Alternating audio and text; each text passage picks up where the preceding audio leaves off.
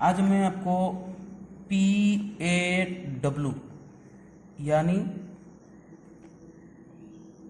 Plasma arc holding के बारे में बताना चाहता हूँ। ये एक एडवांस होल्डिंग प्रोसेस है, ये एक आर्क होल्डिंग प्रोसेस है। इसको आप गैस होल्डिंग मत समझिए, ये होते यार आर्क होल्डिंग प्रोसेस है। इसमें क्या होता है ना, प्लाज्मा के थ्रू मेटल को हम क्या होते हैं हीटिंग करते हैं। हीटिंग होने के बाद फ्यूजिंग करते हैं, फ्यूजिंग के बाद उसके हम होल्डिंग करते हैं। इसमें हम होल्डिंग भी कर सकते हैं ये प्रोसेस में, और कोटिंग भी कर सकते हैं। पहले मैं बताता हूँ प्लाज्मा कैसे क्रिएट होता है। प्लाज्मा एक ऐसी चीज है जब एक इलेक्ट्रॉन को हम चार्ज करते हैं, कोई भी एक इलेक्ट्रॉन का चार्ज करते हैं, वो क्या होता है एक हिस्से से करंट को लेके यहां तक पहुंचा देता है। जब चार्जिंग हो जाता है, जब इलेक्ट्रॉन चार्जिंग हो जाते हैं तो एक हिस्से से लेके करंट यहां से यहां तक पहुंचा देते हैं। तो ये जो प्लाज्मा प्रोसेस में क्या होता है, सेम तरीका यहां यूज होता है। जो प्लाज्मा क्रिएटिंग गैस होता है, मैं यहां लिखता हूं प्लाज्मा क्रिएटिंग गैस। क्या होता है, नाइट्रोजन, हाइड्रोजन, आर्गोन, ये सब गैस होता है। इसमें गैस में क्या होता है, सब मॉलिक्यूल होता है, ऐसे मॉलिक्यूल रहते हैं। वो क्या होता है, जब ये थोड़ी सी आर्क से जब हीट ले लेते हैं, वो क्या होता है, वो चार्जिंग हो जाते हैं। जब आर्क से कुछ ही तरफ से भी हीट हो जाते हैं तो ये चार्जिंग होता है। जब चार्जिंग करने से क्या होता है ना, एक हिस्से से, पहले से मैं बताया, एक हिस्से से दूसरे हिस्से को करंट को फ्लो कर देते हैं। तो क्या होता है, करंट क्या होता है, जब हम इसको एक और हिस्से में समझाना चाहता हूँ, होल्डिंग फिगर में समझाना चाहता हूँ। ये होता है कि एक इलेक्ट्रोड होता है, इसमें क्या होता है, उसके नीचे बेस मेटल रहता है। ये आपका होता है कि इलेक्ट्रोड होता है। इलेक्ट्रोड में क्या होता है, इस जब यहाँ इलेक्ट्रोड और बेस मेटल के बीच में टच होने के बाद एक आर्क क्रिएट होता है। ये क्या होता है ना, हीट एनर्जी। ये क्या होता है, जब आर्क के जरिए हीट हो जाता है तो ये क्या होता है, यहाँ जो जितना गैस है, इधर से हम क्या करते हैं इस प्रोसेस में, जो प्लाज्मा गैस है, जो नाइट्रोजन, हाइड्रोजन, आर्गन और हीलियम होता है, इसको हम यहाँ से छोड़ते हैं। ये क्या होता है, जो हीट के जरिए क्या होता है ना, आयोनाइज कर लेते हैं। इसको क्या करते हैं ना, ये गैस जब यहाँ से जब आता है, जब मैं समझा देता हूँ, आर्गन होता है, हीलियम होता है, हाइड्रोजन होता है और नाइट्रोजन होता है। यहाँ जो गैस होता है उसको वो क्या करते हैं ना, वो आयोनाइज कर देते हैं। तो आयोनाइज यहाँ से गैस यहाँ से होकर यहाँ तक पहुँचता है। तो भी क्या है, जो करंट है तो यहाँ से यहाँ तक विदाउट टच, पहले हम टच कर लेते हैं, बाद में वो टच बेस मेटल को टच करना नहीं पड़ता है। तो क्या होता है, जो करंट है ये जो गैस में जो मोलिकुल्स है उसके जरिए करंट यहाँ तक आ जाता है और एक कंटिन्यूअस आर्क क्रिएट होके रह जाता है। तभी हम इसको क्या कहते हैं, ये प्लाज्मा प्रोसेस कहते हैं। प्लाज्मा प्रोसेस जो होता है वो दो तरफ होता है, मतलब दो किस्म का होता है। एक होता है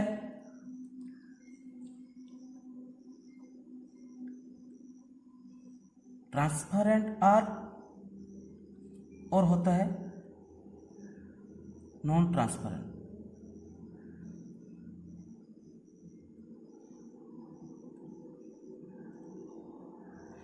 ट्रांसपेरेंट आर्क और नॉन ट्रांसपेरेंट आर्क होता है। मैं यहाँ बताया आपको ट्रांसपेरेंट आर्क के बारे में बता चुका हूँ, और इसको मैं और एक बार क्लियरफाई करता हूँ ये प्रोसेस क्या होता है। पहले आप समझिए, एक इलेक्ट्रोड है, उसके बाद है नोजल है, ये नोजल होता है। नोजल क्या किस में बना होता है ना, कॉपर में बना होता है। ये टंगस्टन जो है, ये क्या हो, ये जो इलेक्ट्रोड है ये टंगस्टन का होता है,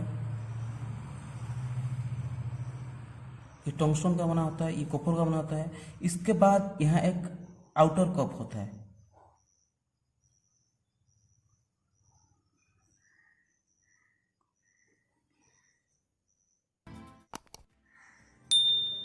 ये आउटर कप होता है।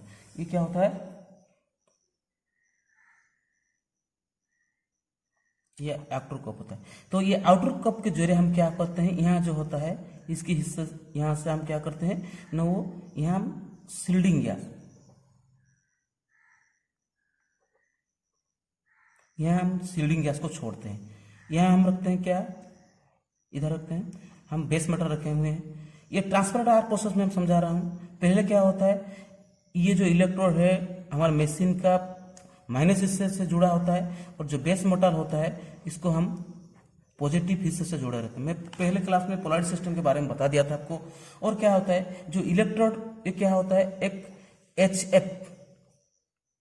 एफ मतलब हाई फ्रिक्वेंसी जरिए और एक डीसी मशीन से होते हुए, एक डीसी मशीन उसके बाद हाई फ्रीक्वेंसी से होते हुए वो क्या होता है, यहाँ तक बेस मेटल तक पहुँचता है। यहाँ का एक सोल्डिंग सर्किट भी क्रिएट हो जाता है। मैं बोल दिया हूँ, ये जब इलेक्ट्रोड माइनस में लगा रहता है और बेस मेटल जो प्लस में लगा रहता है, एक सर्किट कंप्लीट होता है। तब क्या होता है, मैं पहले क्या होता है, जो एचएफ के जरिए मतलब हाई फ्रीक्वेंसी के जरिए जब यहाँ एक आर्क क्रिएट होता है, पहले जब यह आर्क क्रिएट हो जाता है, इसको क्या होता है, इसका अंदर जो गैस है वो आयनाइज होता है। आयनाइज होने के बाद क्या होता है, करंट यहाँ तो यहाँ विदाउट टच से मतलब बिना टच किए हुए आर्क क्रिएट होकर कंटिन्यूस आर्क रह जाता है। और यहाँ जो हिस्सा है, इधर जो हिस्सा है हम जो आपको बोले हैं, जो आउटर कप और नोजल के बीच में जो गैप है, इसमें जो गैस निकलता है वो क्या होता है, वो सील्डिंग एक्शन का काम करता है। मतलब जो एटमॉस्फेयर होता है, एटमॉस्फेयर गैस जो होता है, ऑक्सीजन होता है, उसमें जो बचा हुआ होता है, क्या होता है, जो धूली वगैरह की एटमॉस्फेयर जो मॉइस्चराइज होता है, उसको क्या होता है, ये यहाँ तक आने नहीं देता है। तब ये क्या होता है, तो आर्क को प्रोटेक्शन देता है। ये क्या होता है ना, ट्रांसपेरेंट आर्क सिस्टम है। मैं ये लेता हूँ,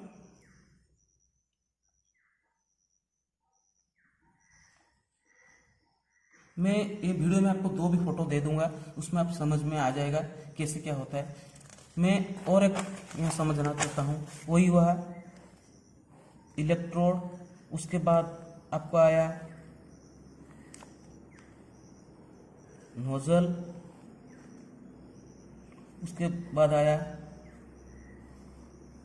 आउटर कप,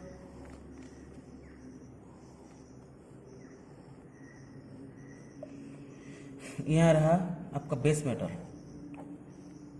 ये है इलेक्ट्रोड है, ये है आपका नोजल, ये है आपका आउटर कप। ये क्या होता है, यहाँ जो ये मैं समझाना चाहता हूँ आपको, नॉन ट्रांसपेरेंट,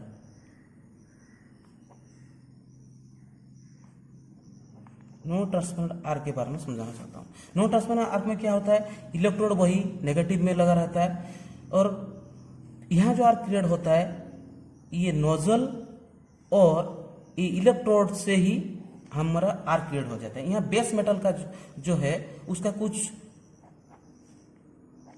काम नहीं रहता है। यहाँ क्या होता है, आर्क जो क्रिएट होता है, ये नोजल क्या है, कॉपर का है।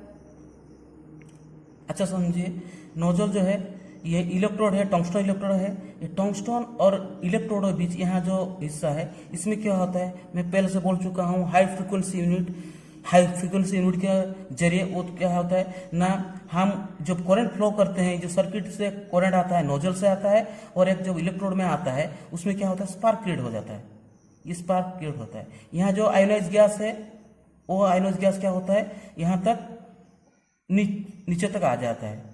कैसे, कितने में आता है ना, वो स्पीड होता है 600 मीटर पर सेकेंड। इसकी इतना स्पीड से ये जो नोजल है बहुत कॉन्स्ट्रिक्टेड, बहुत छोटा होता है, उससे यहाँ आ जाता है। मतलब बेस मेटल का कुछ काम नहीं रहता है, इसीलिए इसको यहाँ कहते हैं नॉन ट्रांसपेरेंट। मतलब आर्क जो क्रिएट होता है, ये बेस मेटल का कुछ मतलब काम नहीं होता है। ये नोजल और टंगस्टन के जरिए जो आर्क क्रिएट होता है और आयोनाइज होकर यहाँ पहुंचता है, इसलिए इसको नॉन ट्रांसपेरेंट बोला जाता है। और एक हिस्से में इसको समझा देता हूँ, इसका जो टेक्निक है, जो प्रोसेस है, प्लाज्मा प्रोसेस टेक्निक।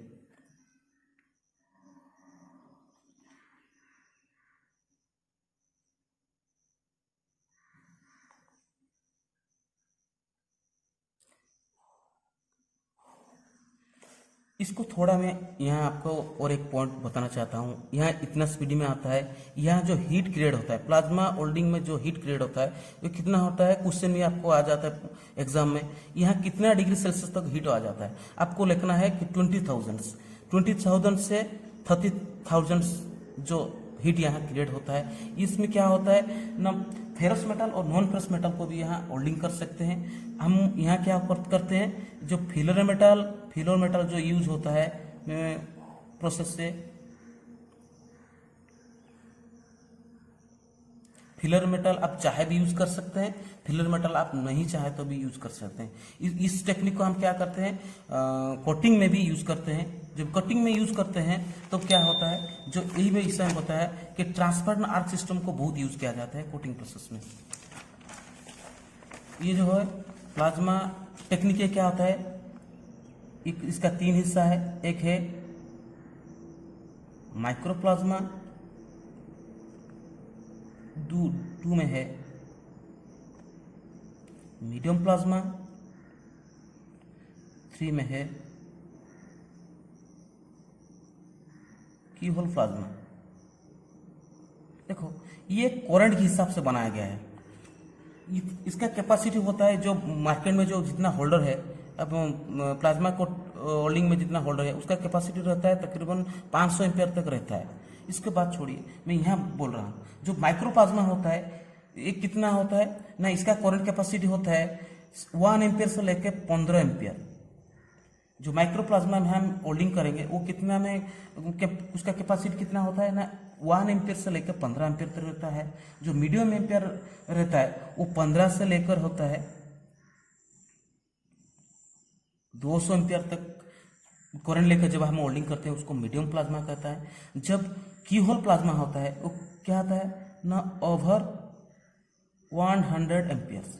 जब हम 100 एम्पियर से ज्यादा लेके करंट लेकर हम प्लाज्मा होल्डिंग कर रहे हैं तो उसको क्या होता है, की होल प्लाज्मा कहता है। ज्यादातर हम क्या करते हैं, जितना भी होल्डिंग प्रोसेस है एक की होल प्लाज्मा को यूज किया जाता है। की होल प्लाज्मा में हम होल्डिंग करते हैं। इसमें क्या होता है, अच्छा गुड पेनेट्रेशन होता है, गुड